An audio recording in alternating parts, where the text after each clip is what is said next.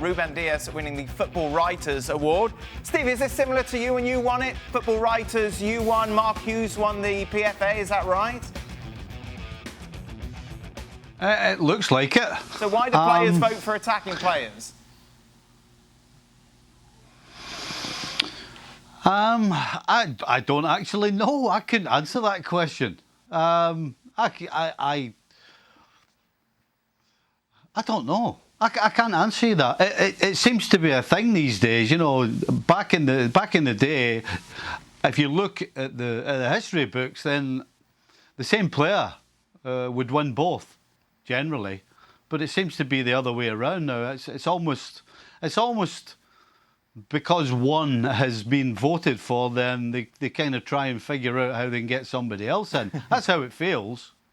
I'll tell you why. Most people are numpties, most players. Right. That's why when it comes to voting. That's summed up nicely on this show, really. Yeah. Robert, who would you have voted for? Oh, Kevin De Bruyne all day long. He's still a great player. He sees passes that nobody else can see. Why not give it to him? Because Ruben Dias was more key, wasn't he, to Manchester City's success?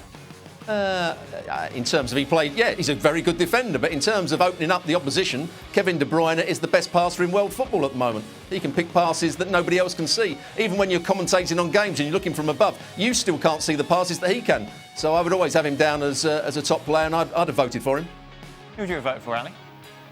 I would have voted for Ruben Dias simply because he transformed the way that Manchester City play defensively. And if we've been critical of Manchester City in the past, has been that defensively they've had their flaws. And he came in and said, well, no flaws anymore. And so now instead of outscoring teams, we're going to grind out results and we're going to win 1-0. We're going to win 2-1. And it's going to be because defensively we're going to be very solid. When have we said that about a Manchester City team? Well, we had to say it this year because offensively they were not as good as they have been in the past. Meanwhile, you may have heard that Spurs... Go on. I'll tell you what.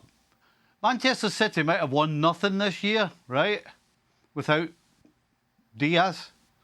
And Kevin De Bruyne could still have been the PFA Player of the Year because he's the greatest passer on God's earth right now. So it depends what you're looking at. You know, do you want a guy who solidified the title for Manchester City, the Premier League, as tough a league as there is to win in the world, or do you just go with who you think is the best player?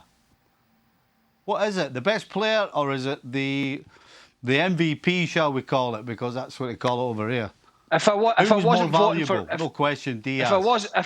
If I wasn't voting for Ruben Dias, which you know I would have on both fronts, I would actually, if you force me that I couldn't pick two for the same two guys, I would actually have gone for Ilkay Gundogan. Ilkay Gundogan did something he hasn't ever done in terms of the amount of goals that he scored. It was key for Man City. He had his biggest goal-scoring tally, I think, in his career at a time when they had no striker.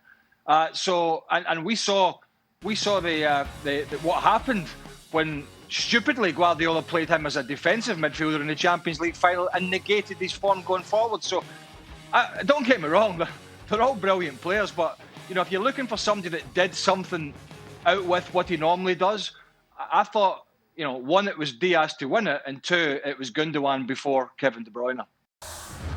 Well, thank you very much for watching ESPN on YouTube. For more sports highlights and analysis, be sure to download the ESPN app. And for live streaming, premium content, and let's not forget as well, ESPN FC 7 days a week. Subscribe to ESPN Plus.